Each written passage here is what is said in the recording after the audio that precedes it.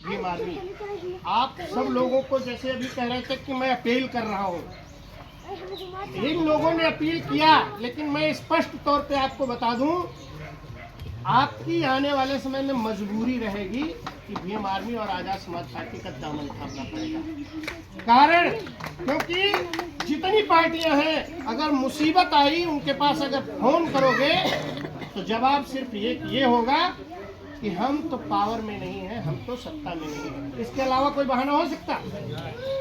और मौजूदा पार्टी आपके हक और अधिकार को खत्म कर रही है, लेकिन हम आपसे ये नहीं कहने आएंगे कि जब तक आप हमारा विधायक और सांसद नहीं बनाओगे तब तक आपकी मदद नहीं करेंगे। आप नंबर नोट कर लीजिएगा, जब भी आपकी मुसीबत पड़े, जब कोई साथी साथ न दे रहा हो, तब आप याद करना भीम आर्मी आजाद समाज पार्टी का आप सदस्य हैं, तब भी अच्छी बात है। सदस्य नहीं है तब भी अच्छी बात है। भीम आर्मी आजाद समाज पार्टी आपके साथ खड़ी। और हम ये हवा में नहीं कर रहे हैं, आप सर्च करिए। जैसे वो एक स्लोगन लिखा रहता है एक घड़ी साबुन पे, पहले इस्तेमाल करो फिर विश्वास करो। तो अगर इच्छा ना हो आपको आपकी कि एक दलित का बच्चा आगे बढ़ रहा है, हम इसका साथ दें, अगर ये इच्छा ना हो तो जब आप पिट जाना किसी दिन, और तब आप पहले इस्तेमाल करके देख लेना, और जब इस्तेमाल करके देख लेना तो हमारा जवाब यही रहेगा कि मार खाने से पहले अगर आगे होते तो शायद ये नौबत ना आती, साथ तो आना। दूसरी मैं बात बता दूं, हम जिस सदी में जन्मे हैं ये बहुत अच्छी सदी है। हमने डनलप से लेके एरोप्लेन तक देखा है, हमने चिल्ला के बात कहने से लेके माइक तक देखा है, हमने बहुत सारे आविष्कार देखे हैं, बहुत सारा बदलाव देखा है। हम साइकिल से हमारा मिशन यहाँ तक आकर के इस समय 4 पहिया गाड़ियों से हमारा मिशन चल रहा है, मोटरसाइकिलों से हमारा मिशन चल रहा है, हम ये भी देखते हैं। आज सोशल मीडिया के माध्यम से हमारा मिशन चल रहा है, हम ये भी देखते हैं। लेकिन वो बहुत अभागे लोग रहे होंगे जो बाबा साहब को महापुरुष नहीं समझ पाए।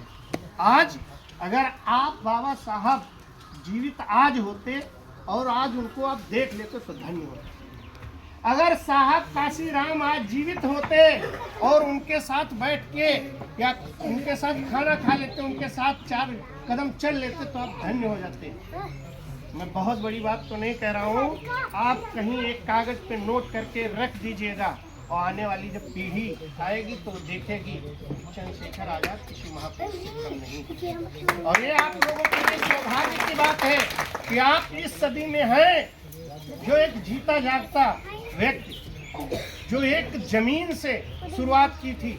मैं भी आप लोगों में से कहूँ किसी से कि हाथ खड़ा करो कौन विधायक बनना चाहता है, तो शायद किसी का हाथ न खड़ा हो, लेकिन उस व्यक्ति में 18 साल और 17 साल की उम्र में ये जुनून आ गया था कि हमें इस देश की सर्वोच्च कुर्सी तक अपने समाज को पहुंचाना है। अपनी बात वो नहीं करते, अपने समाज को पहुंचाना है। और वो निरंतर संघर्ष करते रहे। आज उस सीढ़ी का पहला पायदान वो क्रॉस कर चुके हैं। मैं ये नहीं कहता कि चंद्रशेखर आजाद यहाँ लखनऊ की कुर्सी पे बैठेंगे, मैं ये नहीं कहता कि चंद्रशेखर आजाद दिल्ली की कुर्सी पे बैठेंगे, लेकिन ये जरूर है कि आने वाले समय में आजाद समाज पार्टी और भीम आर्मी तय करेगी कि दिल्ली की कुर्सी और लखनऊ की कुर्सी पे कौन बैठेगा। अभी हमारे अध्यक्ष जी ने भी कहा, हमारे और वक्ताओं ने कहा कि डॉक्टर बाबा साहब अम्बेडकर ने कहा था 21वीं सदी बहुजनों की। इस समय पूरे भारत में सबसे ज्यादा डर मनवादियों को है, क्योंकि जिस रफ्तार से बहुजनों का आंदोलन, बहुजनों की